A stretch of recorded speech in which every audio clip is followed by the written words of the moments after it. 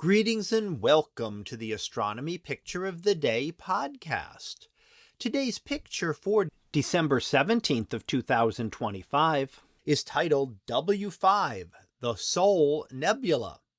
So what do we see here?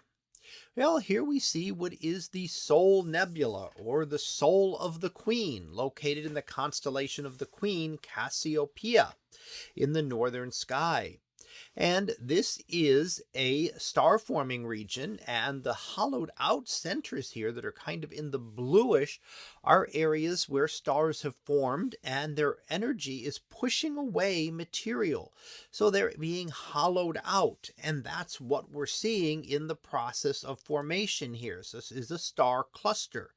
So the star cluster is forming in the center there, and as it forms, it pushes away the material around it and hollows out that area. Now you'll see some tendrils pointing back in towards the center. Those are the denser areas. Those are regions where stars are still forming. And those are a little denser, and it takes more energy to wash away the denser areas than it does the less dense areas. Essentially, a star formation is a battle between the newly formed stars and the gas and dust from which they formed. And that is what is left behind and slowly being cleared out. And the pressure from the stars will eventually push more stars to begin to form in the molecular cloud around it. So as some stars have already formed at the central regions of this cluster, other regions will then begin to clear out and continue the star formation process until the gas and dust has been used up. The stars will then clear away the excess gas and dust, leaving behind just the cluster of stars with some thin wisps of dust and gas left around them.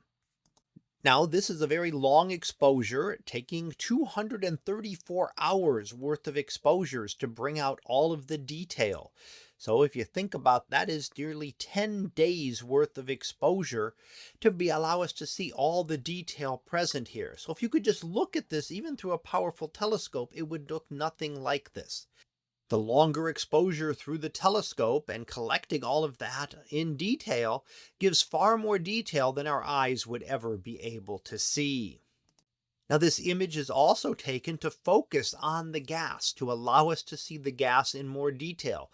So the stars are de-emphasized and the gas is emphasized. And that's done in what is called a narrow band image, looking at just specific wavelengths of light. And in this case, we're looking at red emitted by hydrogen gas, yellow by sulfur, and blue by oxygen.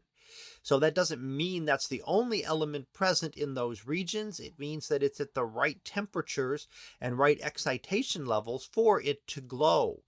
But that gives us just the light from the gas, because the gases only emit specific wavelengths. So when we take a narrow band image like this, we're seeing the detail in the gas, and that then emphasizes the structures in the gas at the expense of the stars. The stars emit light at all wavelengths, so we're still seeing the stars, but we really focus and bring out far more detail in the gas in an image like this.